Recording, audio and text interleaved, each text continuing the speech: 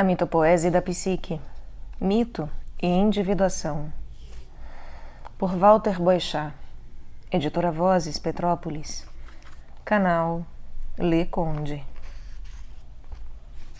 Capítulo 3. Mitos e arquétipos do masculino. No Congresso Internacional de Psicologia Analítica, ocorrido em agosto de 92, na cidade de Chicago, inúmeros analistas junguianos, provenientes de várias partes do mundo, se reuniram por 8 dias.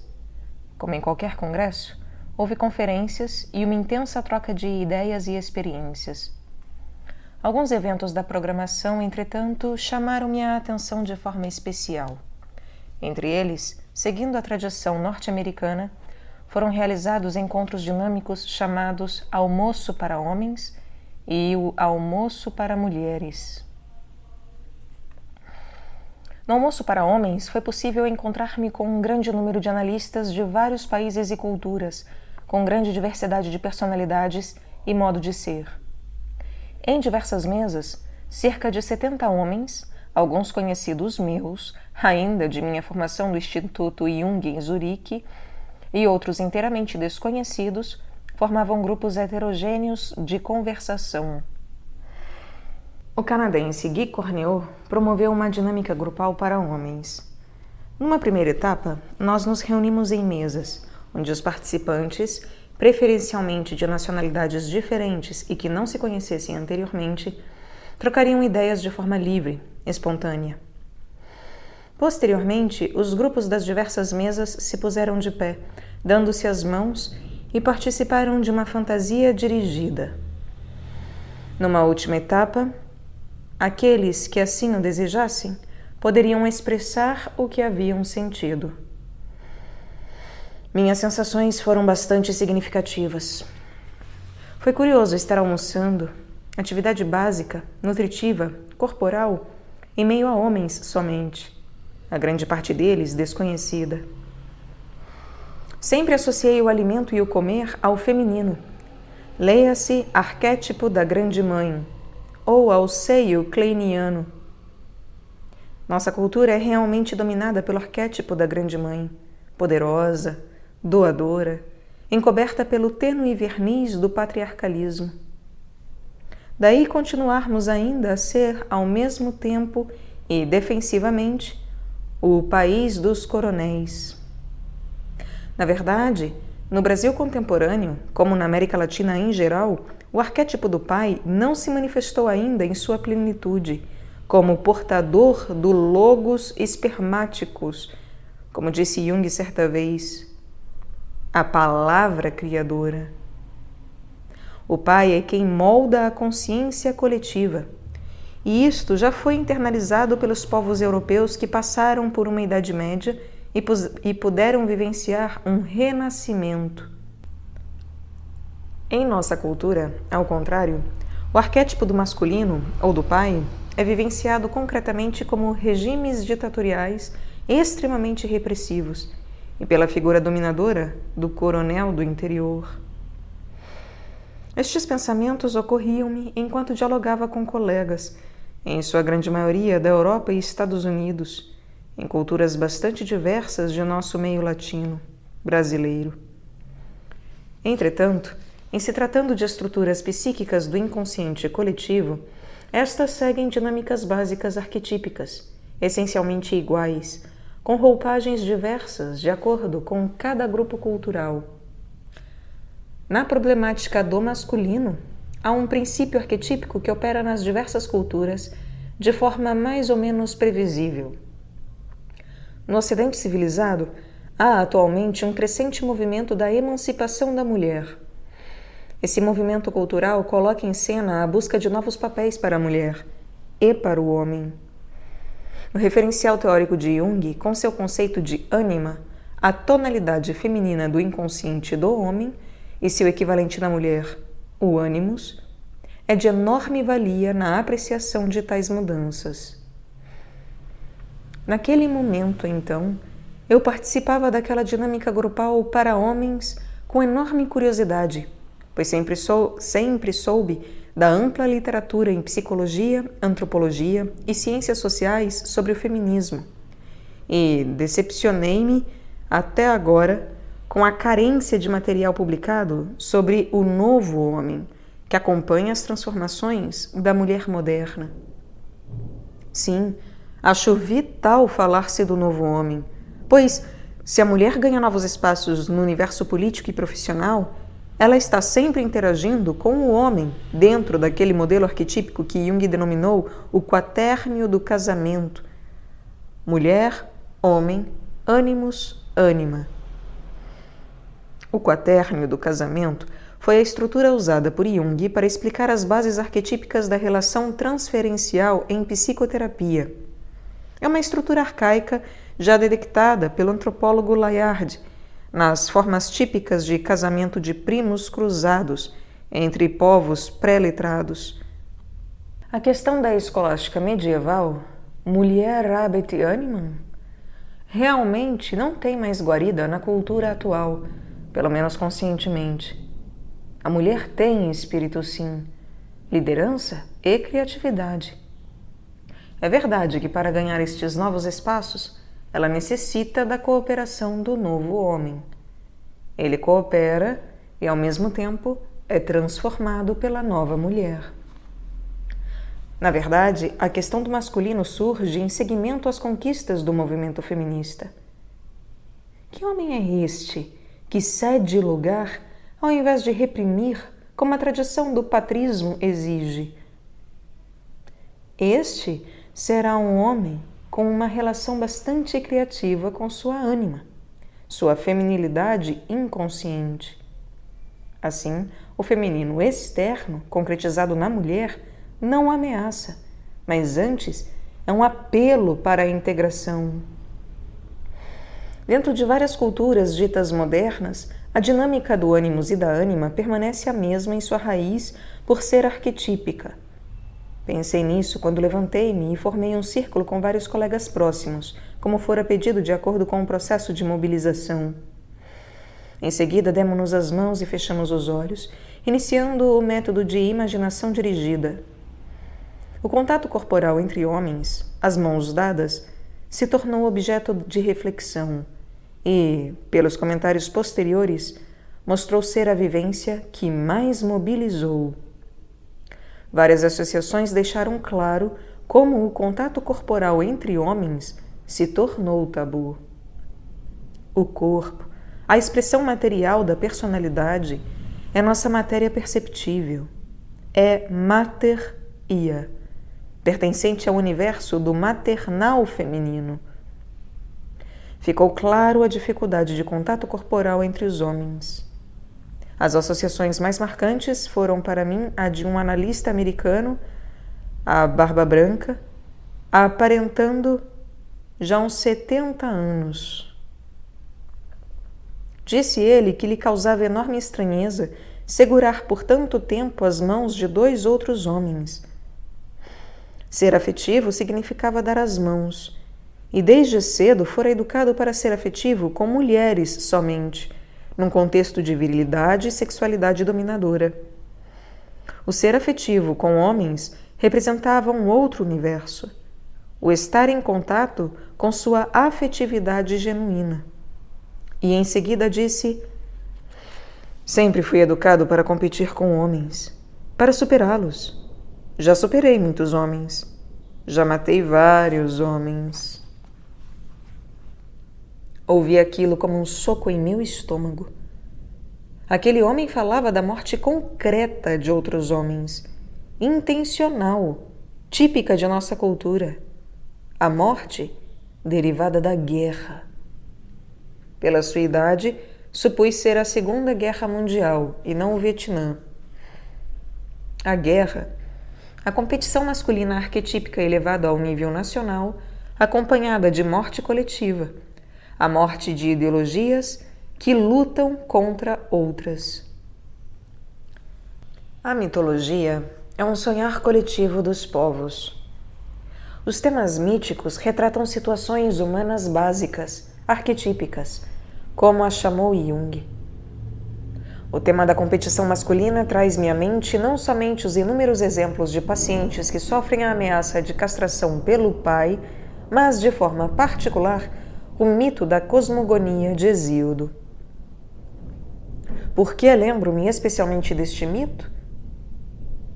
Toda a cosmogonia mítica, vista psicologicamente, é, na verdade, a formação da consciência.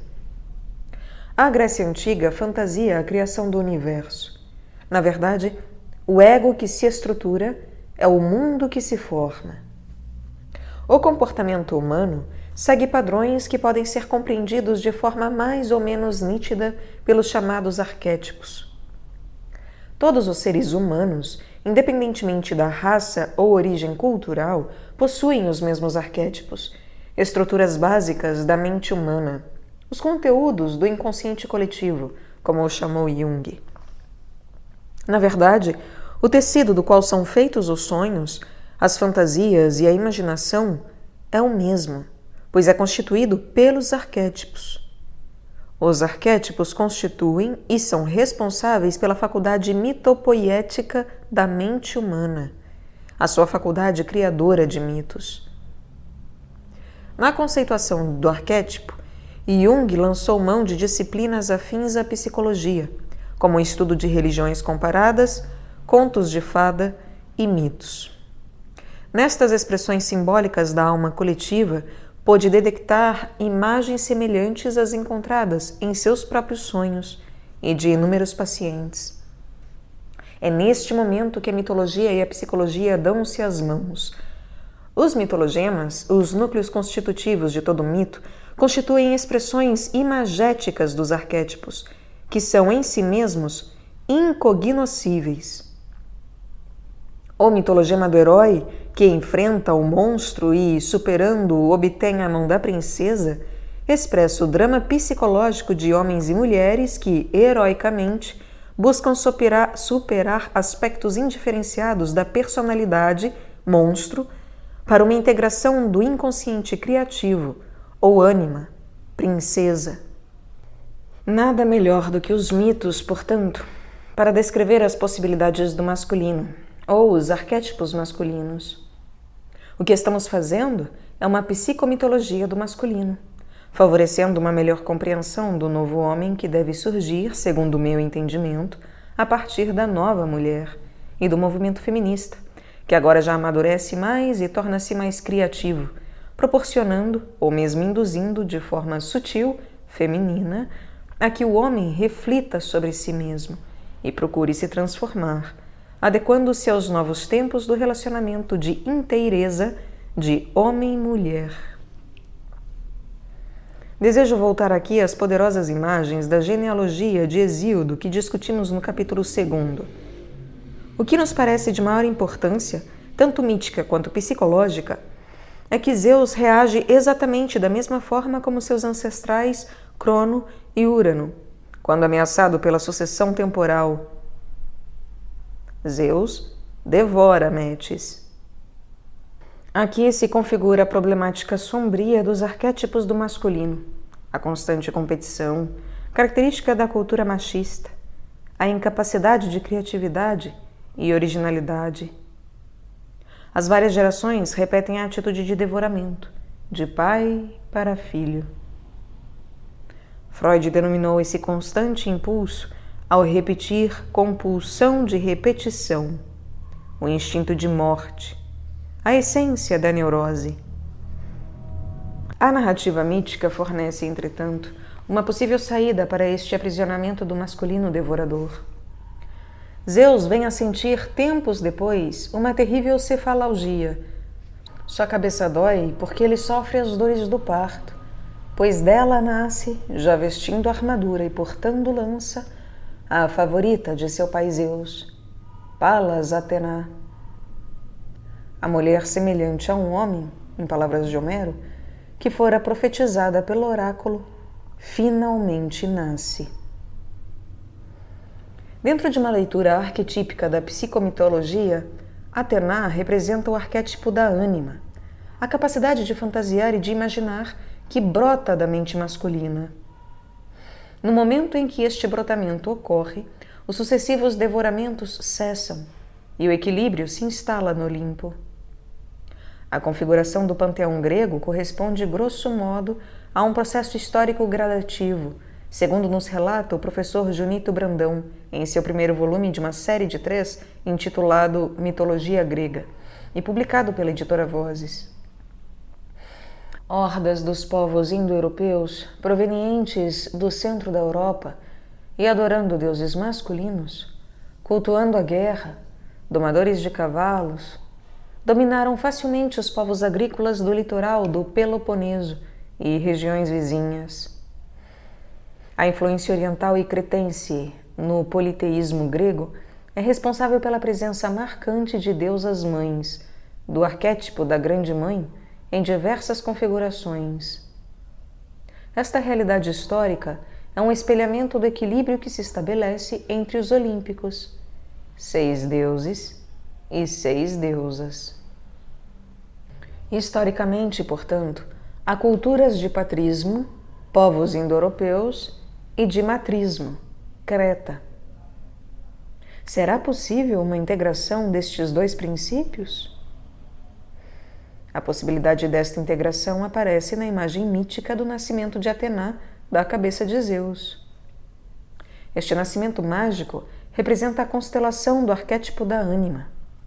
Somente a partir deste confronto com o feminino subjetivo pode o homem libertar-se da compulsão a devorar que o próprio patrismo lhe impõe. No próprio mito de Édipo, o devoramento filicida aparece, mas é pouco valorizado. Freud preocupou-se com a temática do parricídio. Édipo mata seu pai Laio, e do incesto, casa-se posteriormente com sua mãe Jocasta. Entretanto, deixa-se comumente de lado os inícios da narrativa mítica. Laio, tal como seus longínquos ancestrais míticos, Urano e Crono, comporta-se como pai filicida, dentro da legítima linhagem dos arquétipos masculinos, dentro do patrismo. Consulta o oráculo de Delfos, novamente o oráculo, e este prevê que sua esposa dará à luz um filho que o matará e o sucederá, casando-se com sua própria mãe. Laio logo providencia a morte de Édipo, tão logo este nasceu. Por várias intercorrências, Édipo acabou exposto no Monte Citerão, escapando da morte por filicídio, sendo depois recolhido por seus pais adotivos. Quando posteriormente Édipo encontra um estranho no Trivium, a estrada de 3 caminhos, com ele luta e o mata sem saber que se tratava de seu próprio pai. Este parricídio inconsciente é mais valorizado que o filicídio consciente anteriormente praticado. Diversos autores têm denunciado o problema do filicídio no patrismo. Alice Miller e Raskowski, entre outros. Como anteriormente referi, a saída para o impasse da tirania dos arquétipos masculinos é pela integração da ânima. O homem que se relacione de modo cada vez mais consciente com sua feminilidade inconsciente, que se manifestará como criatividade, imaginação e sensibilidade, é o homem do futuro, que poderá questionar os padrões neuróticos de repetição e devoramento. É minha opinião que os movimentos feministas em muito têm contribuído para a reflexão sobre a necessidade deste novo homem. A nova mulher tem influenciado de forma sutil, feminina, o reposicionamento do homem, que busca uma posição nova e mais interativa na cultura atual. Neste contexto, é significativo que surjam associações em bom número no primeiro mundo para o estudo do comportamento masculino. Mesmo no Brasil, já surgiu a Associação Brasileira de Pesquisa sobre o Comportamento Masculino, na PUC-Rio. Isto sem mencionar diversas publicações de bom nível que procuram refletir sobre a individuação do homem. Acho significativo que esta preocupação cultural com o masculino só surja de forma significativa após o esforço de transformação cultural exercida pela mulher mais conscientizada. Ficamos, pois, aguardando a vinda deste novo homem antecipado pelo mito. E já sabemos e pressentimos que a mulher atual veiculará este homem que esteja livre da compulsão devoradora e esteja em paz com sua sensibilidade. Mas podemos perceber pela narrativa hesiódica a importante polarização entre o arquétipo do pai e o arquétipo da grande mãe. Este último é estático, material, autocontido. Por contraste, podemos conceber o masculino arquetípico como intrusivo, penetrante e mental.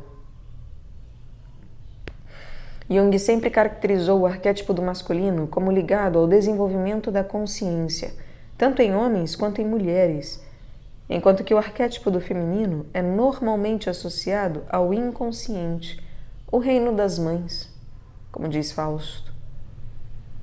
Na Teogonia de Hesíodo, o arquétipo do masculino, ao contrário do feminino, está nitidamente submetido à temporalidade. Há sempre a ideia de submissão pela nova geração e o medo da perda de poder temporal. Na verdade, o arquétipo do pai está sempre associado à cultura e à tradição. O arquétipo do espírito pertence à esfera do masculino e se opõe ao arquétipo do feminino, associado à concretude material.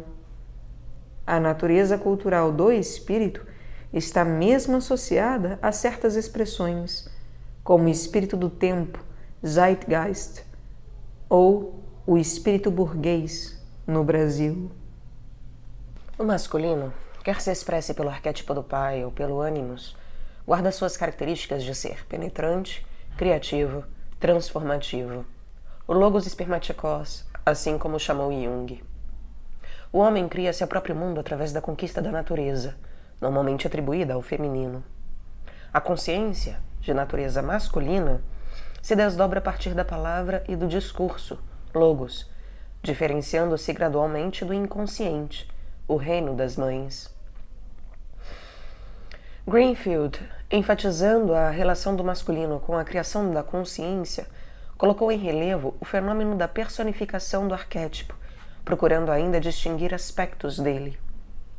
Destacou a autora diversos aspectos do masculino: o menino, o Dom Juan, o trickster, embusteiro, picaresco, o herói, o pai e o velho sábio.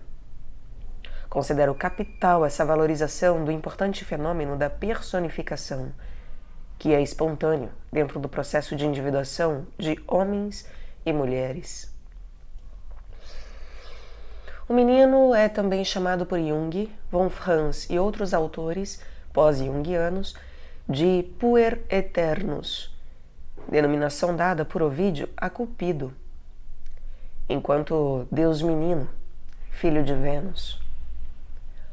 O puer personifica bem o masculino em estado nascente, emergente no psiquismo, sem poder fálico de penetração e conquista, a não ser pela sedução que exerce pela sua própria fragilidade. As diversas configurações mitológicas irão mostrar o puer sempre associado a uma grande mãe, Adonis e Afrodite, Átis e Cibele, Tamuz e Astarte, Eros e Afrodite. Estas associações com grandes deusas orientais caracterizam o brotamento inicial do espírito ainda imerso no inconsciente, dependente, sem volição. Naturalmente, o puer eternus morre cedo dentro da sucessão temporal, sendo eternos apenas enquanto puer. Filhos da Grande Mãe Terra são frequentemente associados a flores que vicejam submetidas ao fluxo das estações, logo morrendo, como morrem Jacinto, Adonis, Narciso. As ideias mitológicas estão associadas aos fenômenos da natureza e, ao mesmo tempo, expressam os arquétipos do inconsciente coletivo. Sendo elas simbólicas, permitem vários planos de interpretação. São polissêmicas, e o arquétipo puer representa ao mesmo tempo imagem mítica, acontecimento natural e condição psíquica. Do ponto de vista do estudo das neuroses, o arquétipo do puer eternus é por demais complexo, aparecendo na clínica sob as mais diversas roupagens. Infantil, dependente, apegado à mãe, como sua configuração mítica, o puer recusa-se a crescer, a ser responsável, a sujeitar-se à sucessão temporal, como já o fizera Dorian Gray na obra de Oscar Wilde. Dificuldades na identificação sexual são frequentes no homem preso ao complexo do puer eternus. Hillman procurou descrever outra conexão do puer que não o da Grande Mãe, chamando-a de constelação puer-cênix. Aqui o espírito jovem se organiza em função da renovação do velho, o cênix. O eixo puer-cênix é vertical, espiritual. O puer eternus perde-se nas concretudes e materialidades da mãe.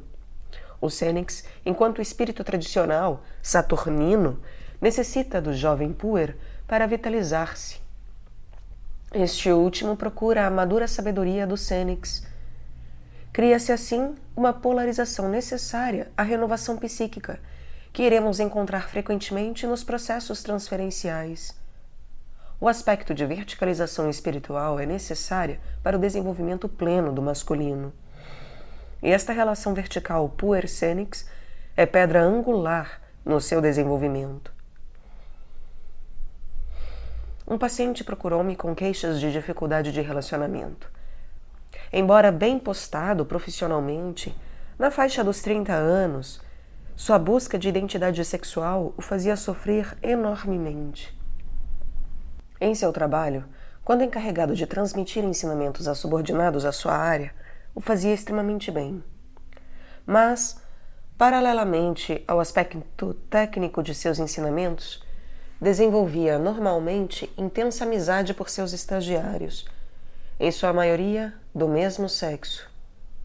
Mantinha constantemente relações homossexuais, sempre com pessoas externas ao trabalho. Seu homoerotismo dentro da instituição não era sexualizado. Entretanto, pelo trabalho de reconstrução, foi percebida a grande ausência de autoridade em sua casa. Tanto o pai quanto a mãe se mostraram extremamente omissos desde sua infância.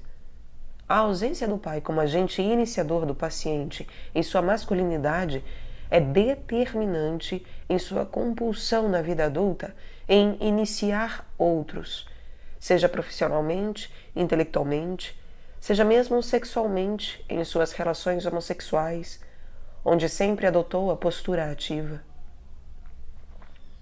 É importante, sempre que nos detemos no problema arquetípico da iniciação, recorrermos a dados da antropologia. Jacob lembra que em diversos grupos de pré-letrados na África, a iniciação na puberdade é feita de modo singular. os adultos da tribo iniciam o púbere nas leis e nos mitos tribais, retirando-os do mundo da mãe e abrindo-lhe o mundo masculino pelo coito anal. É uma iniciação per annum. Isto devido às propriedades mágicas do sêmen, agente masculino transmissor do saber, uma concretização do próprio Logos. Este relato antropológico ilustra a situação analítica no contexto daquilo que Jung denominou amplificação. A história pessoal do paciente torna-se assim coletiva, arquetípica e adquire significado. O paciente, no caso, sem contato com o pai pessoal, encarna compulsivamente o pai arquetípico iniciador, iniciando intelectualmente no local de trabalho, sexualmente em sua vida sexual privada, transitória, vivida em grande culpa e nenhuma autorrealização. Mas, lembrando que a análise é, em essência, um processo de iniciação, iremos perceber na transferência a continuação desta vivência arquetípica e uma ótima oportunidade para elaborá-la. É uma oportunidade de elaboração porque na transferência está sendo repetido a essência do fenômeno da estruturação do masculino, porque eu, como analista, represento o pai arquetípico iniciador. O paciente vivencia assim o papel de iniciando, que não desempenhou na infância, tornando-se aos poucos livre do pesado fardo do desempenho compulsivo do arquétipo do pai.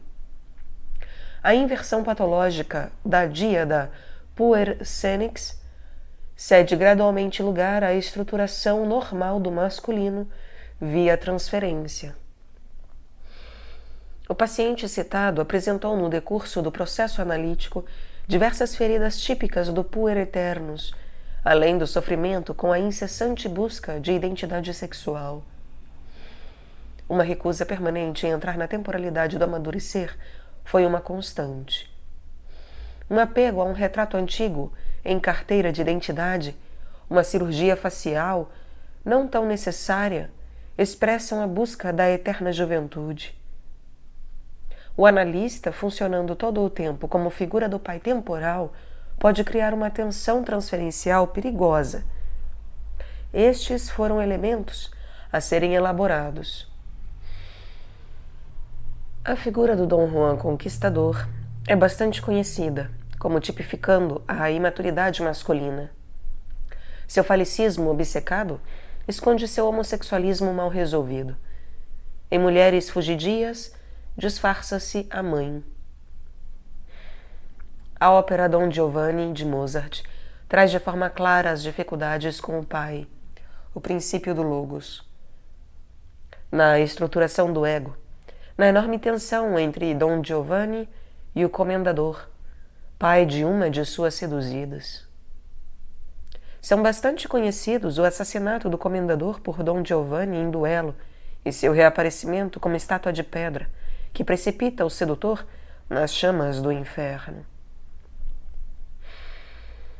O motivo da petrificação estátua de pedra demonstra a inviabilidade da interação do ego com o arquétipo do pai.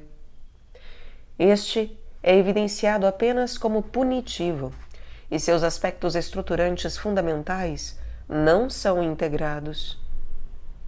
A figura de Dom Juan se mistura com a configuração do trickster, símbolo arquetípico descrito por Jung. O arquétipo do trickster é tomado da antropologia. Paul Radin descreveu a presença desta curiosa figura entre os índios norte-americanos Winnebago ou Winnebago. Sem limite ou qualquer lei, senão o seu próprio desejo, o trickster representa a antítese de valores culturais estabelecidos e integrados pela consciência coletiva em forma de rituais. Na verdade, ele aparece mesmo nesses rituais personificando a antítese da atitude esperada, tristeza nos casamentos e nascimentos, alegria na morte, etc. Estranhos relatos descrevem um comportamento dissociado do embusteiro trickster. Mesmo seu corpo não é uma unidade, separando-se frequentemente em partes autônomas. Seu falo deixa o corpo e fecunda uma mulher após atravessar um rio da aldeia. Na verdade, o embusteiro personifica o arquétipo da inversão, trazendo à tona tudo o que é recalcado culturalmente. A festa cultural que atualmente caracteriza sua presença é o carnaval. As fantasias coloridas e multivariadas representam aspectos do arquétipo da sombra pessoal e coletiva que durante as festividades são expressas publicamente. Esta manifestação catártica do arquétipo da sombra tem efeito benéfico sobre a consciência coletiva. A sensualidade é vivenciada de forma brincalhona. A agressividade e destrutividade, latentes no inconsciente, são manifestadas de forma lúdica, em fantasias que expressam mais do que disfarçam. Culturalmente, o embusteiro tem a função terapêutica de conectar a cultura com seus núcleos instintivos mais profundos, impedindo assim que ela se torne desenraizada. Esta curiosa figura arquetípica, sendo um conteúdo do inconsciente coletivo, irá aparecer de forma variada nas mais diversas manifestações culturais, e não apenas como trickster inebago. Na literatura, aparece como o herói picaresco espanhol. No teatro, é o bobo da corte, em Rei Lear. Aqui, Shakespeare descreve de forma admirável como o embusteiro, personificado pelo bobo, compensa a consciência coletiva desgastada e dissociada de seus próprios valores, personificada pelo velho rei. Na literatura brasileira, aparece como Macunaíma, o herói sem nenhum caráter. Assim como coletivamente o embusteiro tem um valor terapêutico, também assim a sua psicodinâmica em nível do indivíduo. O trickster representa o masculino emergente, trazendo valores inaceitáveis para a persona, mas que vitalizam o ego desenraizado do instinto. Como todo símbolo, o trickster expressa uma polissemia ambígua. Renovação de consciência, espontaneidade, vitalidade e criatividade acompanham certas constelações deste arquétipo na consciência. Outras vezes, entretanto, o ego é ameaçado de dissociação em estados de intensa regressão. Encontrei estas situações ambivalentes em pacientes extremamente criativos, mas incapazes de se relacionar com qualquer limite da persona, a começar pelo próprio contrato terapêutico. O arquétipo do herói representa a própria energia psíquica que transita entre o arquétipo do si mesmo e o ego. Entre as personificações do masculino, é a mais geral, oscilando desde o puer eternus até ao pai. Apenas o velho sábio, por sua transcendência e seu aspecto cósmico, escapa a um caráter heróico. O herói, por sua natureza, está associado aos ritos de passagem, centrais na estruturação da consciência. Otto Rank preocupou-se com a psicologia do herói, associando-o à grande passagem do nascimento. Winnicott, com seu conceito de fenômeno transicional, procurou descrever as transições vitais na organização da consciência. Os ritos de passagem descritos por Van Gennep, em nível social, correspondem ao fenômeno transicional de Winnicott, no desenvolvimento do ego individual. Em ambas as situações, o arquétipo do herói desempenha papel central. Atendo-nos ao indivíduo, o fenômeno transicional é uma passagem do ego de nível de consciência a outro mais diferenciado. É um fenômeno energético. O herói, atuando no eixo ego-si mesmo, proporciona à consciência a energia necessária para uma adaptação ao novo estado de ser.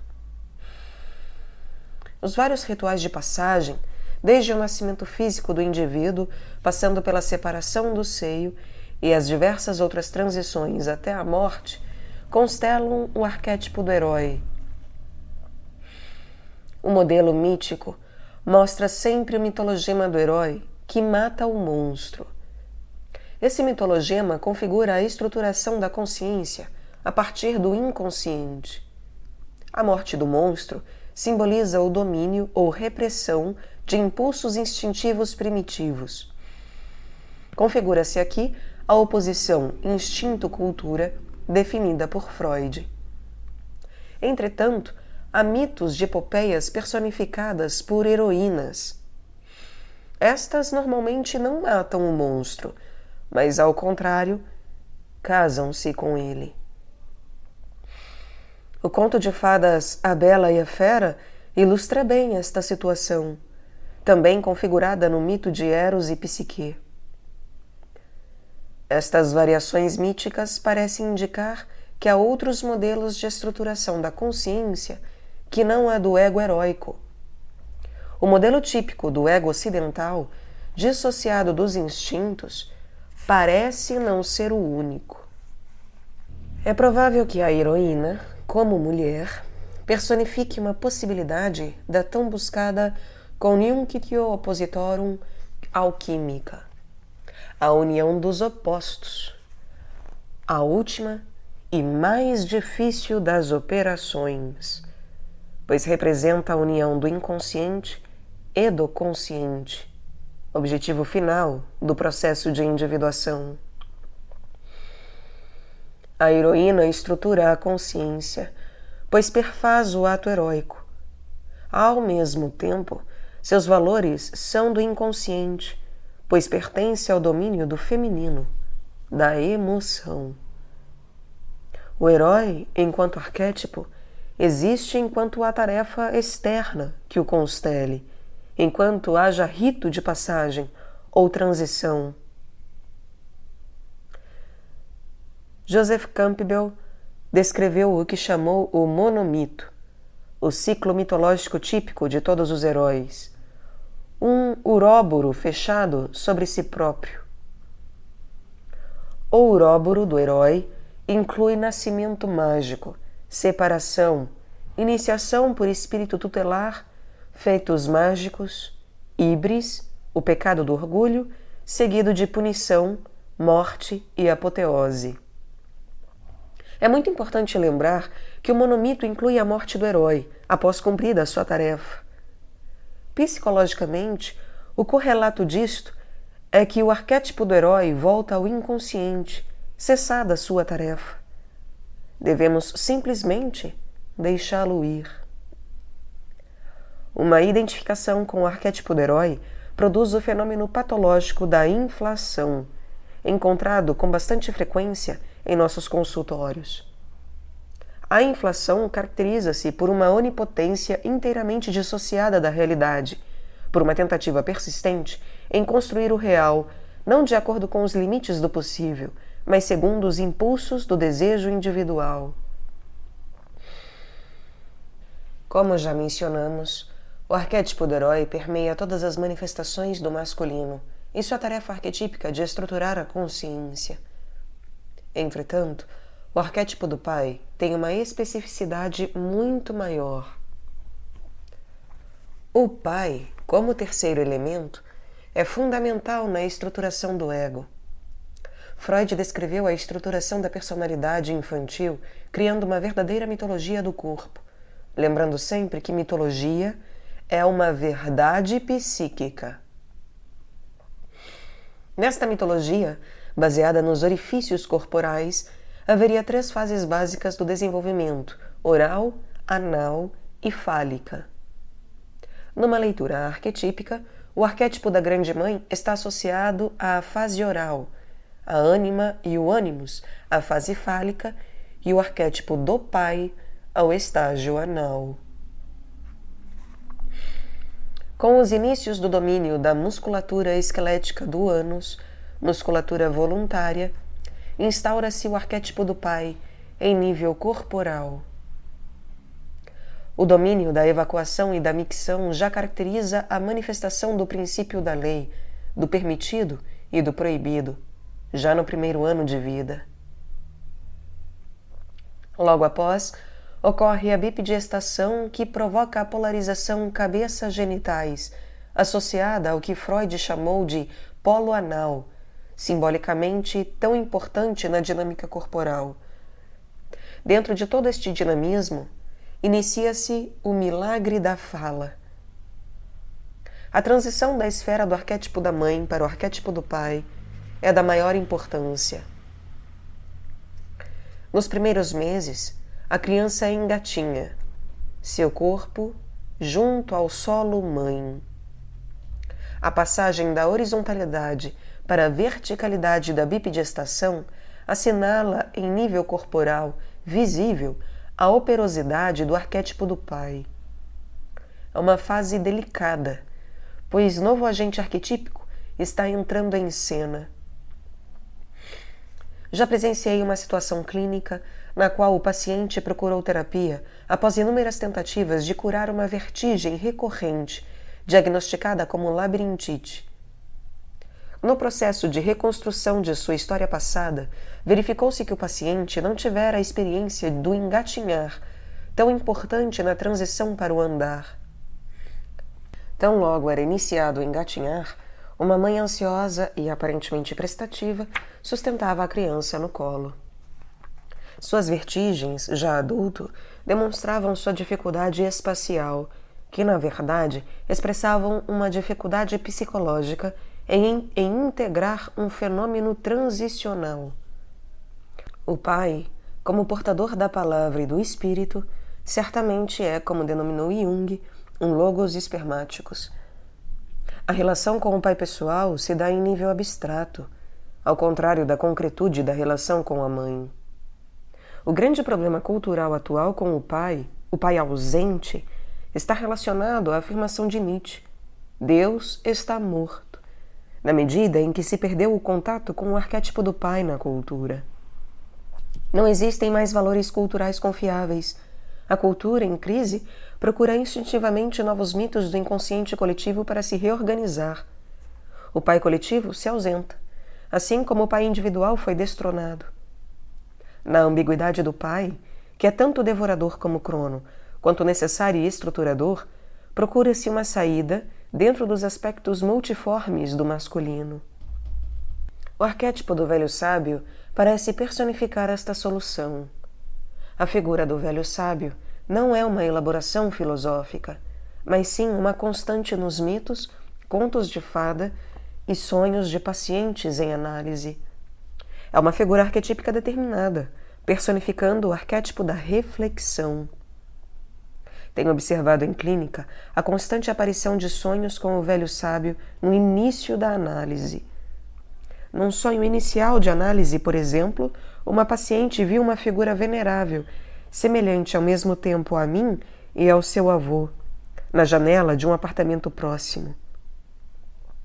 Distante, o sol se punha, dando uma tonalidade dourada à cena. Sonhos como este, no início do processo terapêutico, reforçam a questão levantada por Samuels sobre o perigo da hierarquização dos arquétipos. Pensa-se que o processo de individuação ocorreria da superfície para o núcleo, da psique, persona, ego, sombra, ânima, velho sábio, si mesmo, sendo o si mesmo o mais importante dos arquétipos. O velho sábio, aparecendo logo no início do opus, demonstra que não se pode dar maior importância a um arquétipo que outro. A persona, por exemplo, é vital na estruturação do ego. A constante aparição do velho sábio no início do trabalho analítico se deve ao fato de, no meu entender, a pessoa procurar sair da compulsão de repetição e, para tal, reflete. Neste instante de procura da análise, há a constelação do arquétipo do velho sábio. O sábio aparece nos mitos e lendas, aconselhando o herói, pouco antes deste se lançar na tarefa sobre-humana. Personifica o masculino em seu mais alto grau de diferenciação, o espírito que sopra onde quer e produz as mais sutis e eficazes transformações psíquicas.